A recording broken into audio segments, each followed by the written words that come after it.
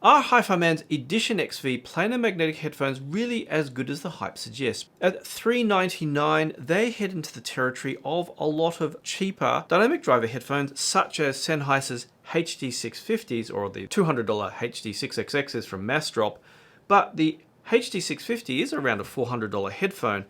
And given that HiFiMan has been very good at making inexpensive planar magnetic headphones which can potentially have better sound quality than a dynamic driver in some respects, that makes these a really good alternative to the old classic HD6XX.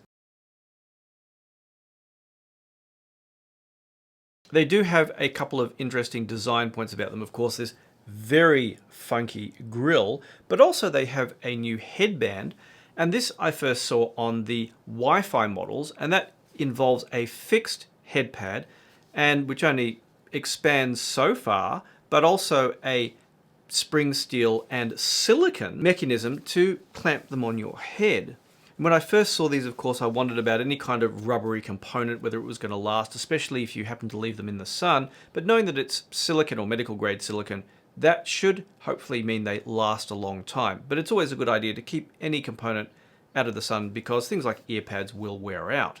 However, with such a large planar magnetic driver and a fairly conventional adjustment system, yeah, I think only people who have got very large heads are going to have trouble getting fit on these, as, yeah, there's a limit to how far you can stretch the head pad. Maybe you'll see people making alternatives or bigger head pads in the future. Maybe that's something HiFiMan could consider offering as well. But aside from that, and I can actually use them with a very average size head at the maximum setting, they come with a, at least on the headphone end, 3.5mm terminated cable, and on the amplifier end, 3.5mm plug and a 6.3mm adapter.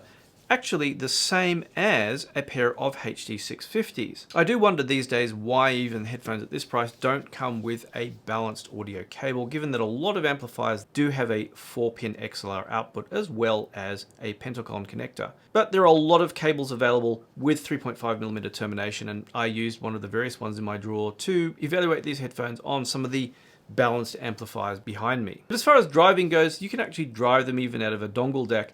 Though I'd probably say you're going to get better results out of some of the more substantial amps. One of them was the little Aone N7 amp, but I've been trying them with things like the Jotunheim 3, Asgard X, and even the FIO M33 portable player.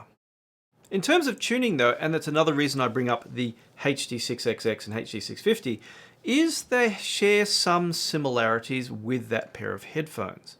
For a start, they aren't as bright as HiFiMan headphones tend to be. They're not as bright as the Aria Organics or the Aria series in general in the treble, but they aren't quite as dark as a pair of HD6XXs or HD650s. And I noticed comparing a lot of music that the HD6XX tended to sound a little bit darker and more closed in than the Edition XVs. They have somewhat of a spacious sound, albeit not as spacious as the Aria series. Despite that, the bass tends to be somewhat on the light side, and the focus tends to be a lot like the 6XX on the mid-range. That meant instruments sounded pretty good as things go, with more clarity and space than I could get out of the HD6XX. Music such as the Earland Epneset Trio, which has this great acoustic soundstage of very odd sounding instruments sometimes, that was more spacious and open on the Edition XVs than it came through from the 6XX, which sounded kind of dull, maybe lacking in dynamics, and with the music more kind of all in a blob. And this regardless of the amplifier I used with them, whether it was higher end or lower end. With greater dynamics, that made the music more punchy. However, while there was a deal of bass, there was not maybe sufficient for my taste, and I tended to add a bass shelf EQ in there to boost the bass to make it a little bit more impactful. Also with a treble that isn't quite as bright as you usually get from a pair of, say, Arias, that meant that there was a lot of focus on the mid-range, while it still does keep what I call a drop at around 1 to 2 kilohertz, which is common on HiFiMan headphones and maybe slightly less so on Sennheiser headphones, giving a slight sense of space versus headphones that are tuned purely towards common target curves. There wasn't as much detail and space and instrument separation as you get from an Aria series either. But if it was the first pair of headphones I picked up in the morning, I found myself quite satisfied with whatever I listened to. Music such as Gorillaz and the Crystal Method and anything where a strong bass line is helpful had more punch and impact from the Edition XVs than the HD6XXs, making the overall result more enjoyable. Now, it is possible to get something like a HD650, set them up with good equipment, say especially an output transformerless tube amp, to get very good results. But I think that, especially for the full retail price, I think the Edition XV does better. However, there is of course the caution that with a large pair of planar magnetic headphones, one should take more care in storing them and be careful not to drop or damage them. The Edition XVs, like a lot of recent headphones from HiFiMan, come with a foam headphone stand as part of the packing inside the box, which I think is a really neat thing. Though being that it's not particularly weighty, does mean that you have to put it somewhere that if you do knock it, it's not likely to fall onto the floor.